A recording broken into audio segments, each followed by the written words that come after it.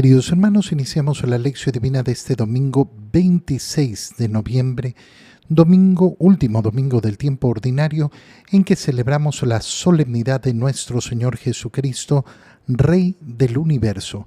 Por la señal de la Santa Cruz de nuestros enemigos, líbranos, Señor Dios nuestro, en el nombre del Padre, y del Hijo, y del Espíritu Santo. Amén. Señor mío y Dios mío, creo firmemente que estás aquí, que me ves, que me oyes. Te adoro con profunda reverencia, te pido perdón de mis pecados y gracia para hacer con fruto este tiempo de lección divina. Madre mía Inmaculada, San José, mi Padre y Señor, Ángel de mi guarda, interceded por mí. En la primera lectura de este domingo, Solemnidad de Cristo Rey, leemos el libro del profeta Ezequiel, capítulo 34, versículos 11 al 12 y 15 al 17. Esto dice el Señor Dios: yo mismo iré a buscar a mis ovejas y velaré por ellas, así como un pastor vela por su rebaño cuando las ovejas se encuentran dispersas.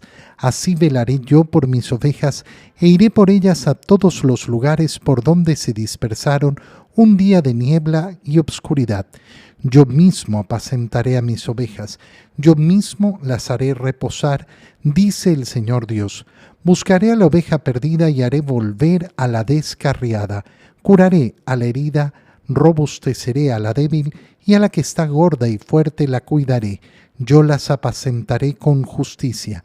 En cuanto a ti, rebaño mío, he aquí que yo voy a juzgar entre oveja y oveja, entre carneros y machos cabríos. Palabra de Dios. La primera lectura nos hace reflexionar en el libro del profeta Ezequiel sobre ese anuncio que ha hecho Dios de venir Él mismo a buscar a sus ovejas. Fíjate cómo inicia. Yo mismo, esto es lo que dice Dios, yo mismo iré a buscar a mis ovejas y velaré por ellas. Ahora, cuando nosotros escuchamos esto en el Antiguo Testamento, sin tener la luz todavía del Nuevo Testamento, sin entrar en la Nueva Alianza, lo que sucedió, lo que ha hecho el Señor por nosotros es inimaginable. A la luz del Nuevo Testamento, nosotros venimos a la lectura del profeta Ezequiel y decimos efectivamente, Dios ha hecho esto, tal y como lo había anunciado. Ha venido Él mismo, la segunda persona de la Santísima Trinidad, el Hijo de Dios, Dios Hijo, se ha hecho hombre, ha venido a vivir en medio de nosotros para apacentarnos, para cuidar efectivamente de sus ovejas. Pero sin la luz del Nuevo Testamento, esto era inimaginable. Nadie en la antigua alianza podía imaginarse que el modo en que se realizaría esta promesa que está dando el Señor era con la encarnación del Verbo de Dios, con el hecho de que Dios mismo se hiciera hombre. Esto es muy fácil de dilucidar. ¿Por qué? Porque imagínate una persona, la más santa de la antigua alianza, que tuviera como expectativa que Dios se hiciera hombre. Yo lo que más deseo, lo que más anhelo, lo que más espero en esta vida es que Dios se haga hombre, que crezca durante 9 meses en el vientre de una mujer y que nazca en la pobreza de un pesebre, que viva 30 años en la ignominia sin que nadie conozca de él, sin que nadie sepa que el Rey de Reyes ha llegado a este mundo. No. Ni al más santo en la antigua alianza se le podía ocurrir esto. Y esto nos indica cuánto es el amor de Dios, que es insospechado para los hombres. Las palabras que estamos leyendo del profeta Ezequiel son de verdad preciosas. Así como un pastor vela por su rebaño, yo voy a cuidar oveja por oveja, las voy a reunir, velaré por ellas de todos los lugares por donde se dispersaron un día de niebla y de obscuridad, es decir, a partir del pecado original que ha sucedido, se han dispersado las ovejas. Esta idea de la dispersión es sumamente importante. ¿Por qué? Porque cuando yo quiero reconocer a Jesucristo como Rey del universo, tengo que dejarme juntar. Si yo no me dejo juntar con el rebaño, entonces no acepto al pastor. Si no acepto al pastor, no voy a aceptar a ese pastor como rey. ¿A qué me refiero?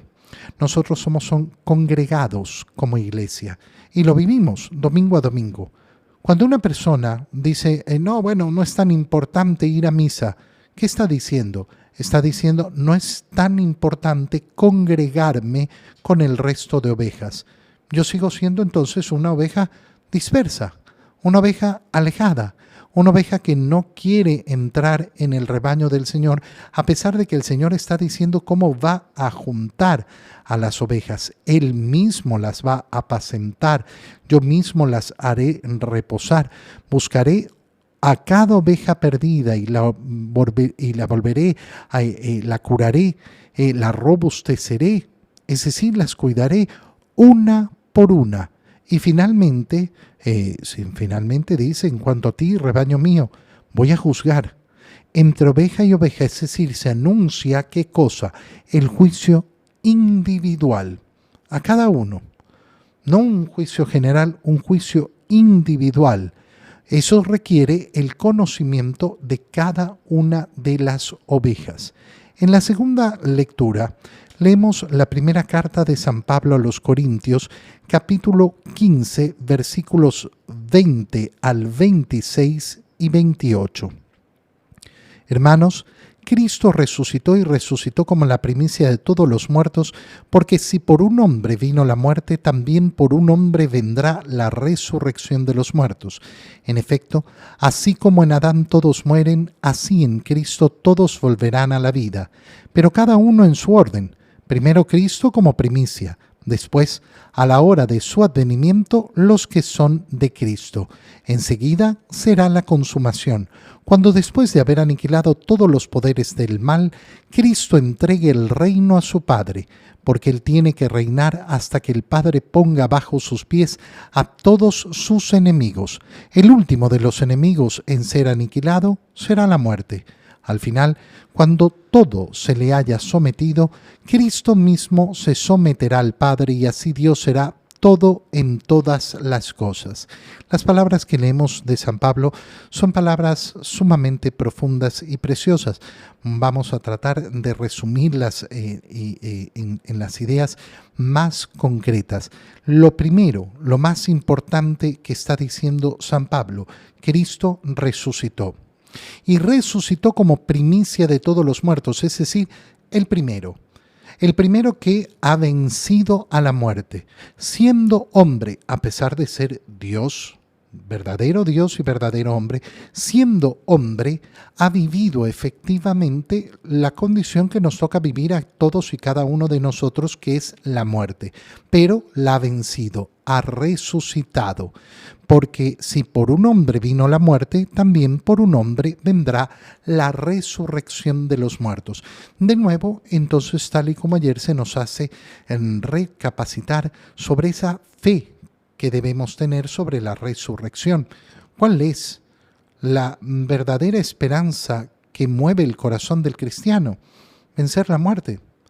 Y por eso San Pablo comienza a describir, Adán hizo que todos murieran, pero en Cristo todos vuelven a la vida, pero en su respectivo orden.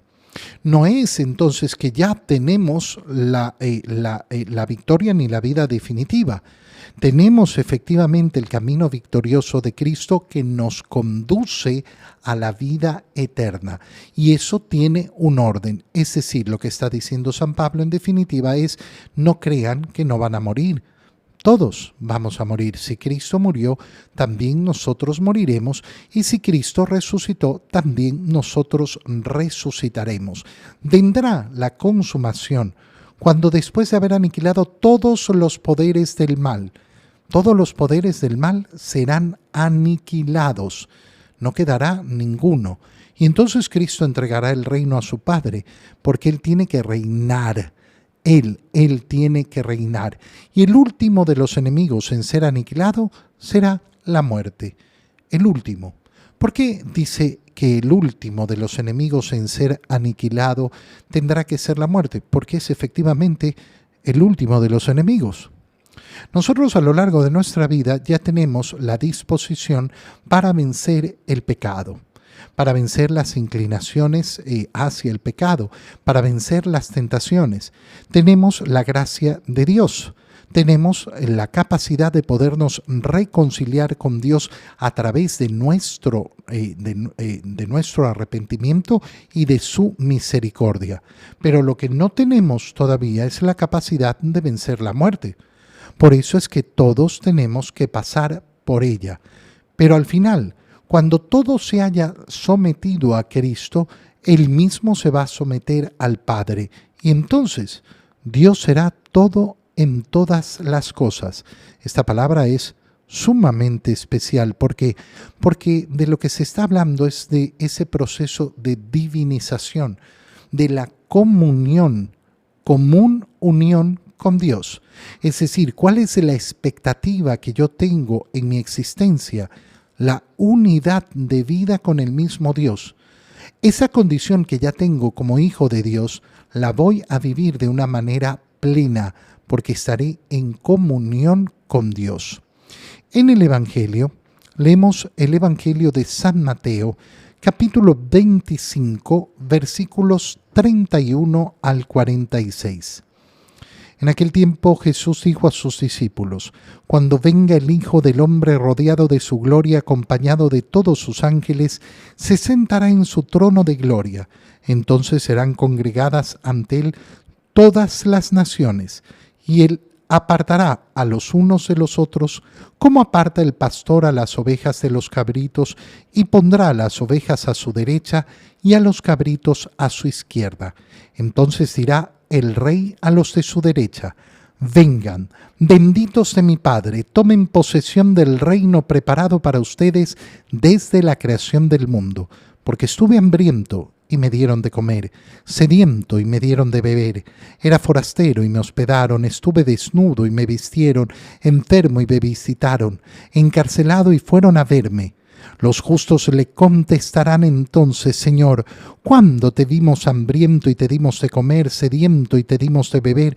¿Cuándo te vimos de forastero y te hospedamos, o desnudo y te vestimos? ¿Cuándo te vimos enfermo o encarcelado y te fuimos a ver?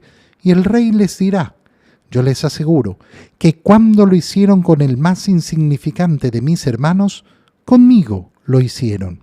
Entonces dirá también a los de su izquierda: apártense de mí, malditos, vayan al fuego eterno preparado para el diablo y sus ángeles, porque estuve hambriento y no me dieron de comer, sediento y no me dieron de beber, era forastero y no me hospedaron, estuve desnudo y no me vistieron, enfermo, encarcelado y no me visitaron.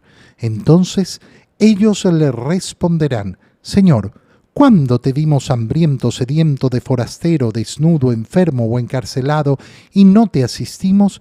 Y él les replicará: yo les aseguro que cuando no lo hicieron con uno de aquellos más insignificantes, tampoco lo hicieron conmigo. Entonces irán estos al castigo eterno y los justos a la vida eterna. Palabra del Señor. Celebramos la solemnidad de Cristo, Rey del Universo. ¿Y cómo se relaciona el Evangelio que acabamos de leer con esta fiesta? De una manera muy sencilla. Yo tengo que hacer que Cristo reine en mi vida. ¿Cómo hago para que Cristo reine en mi vida? Y lo que nos propone el Evangelio es sumamente claro: haciendo que Cristo sea el rostro de todos los seres humanos a mi alrededor. Lo voy a explicar de la siguiente manera. Imagínate, por ejemplo, que a una persona le toca atender a su padre enfermo. Su padre enfermo que ha sido un mal padre, que hizo cosas horribles con esa persona. Imagínate, por ejemplo, para poner un caso extremo, que se trata de un padre que fue el violador de su propia hija. Y ahora, muchos años después, esa hija se ve en la situación de que no hay nadie que atienda a este padre enfermo. ¿Lo hará con gusto? Seguramente no.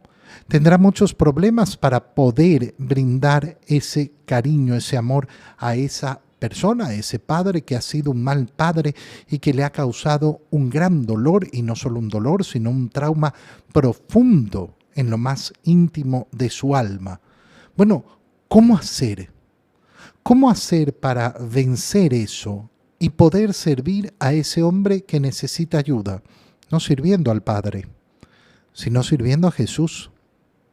¿Cómo puede hacer una esposa que tiene un esposo que la maltrata, que la trata efectivamente de una manera tan horrible, y de repente ese esposo, de nuevo, está tirado en cama y necesita ser atendido, y a esa mujer le cuesta muchísimo hacerlo? ¿Cómo lo hace? No atendiendo a su esposo, atendiendo a Jesús. ¿Cuál es el camino para que Cristo sea el Rey de mi corazón? Encontrar su rostro en el prójimo.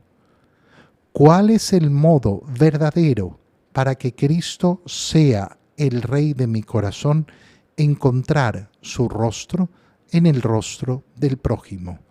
Porque es muy fácil decir, sí, Cristo es mi Rey. Cristo Rey, sí, el que gobierna mi vida.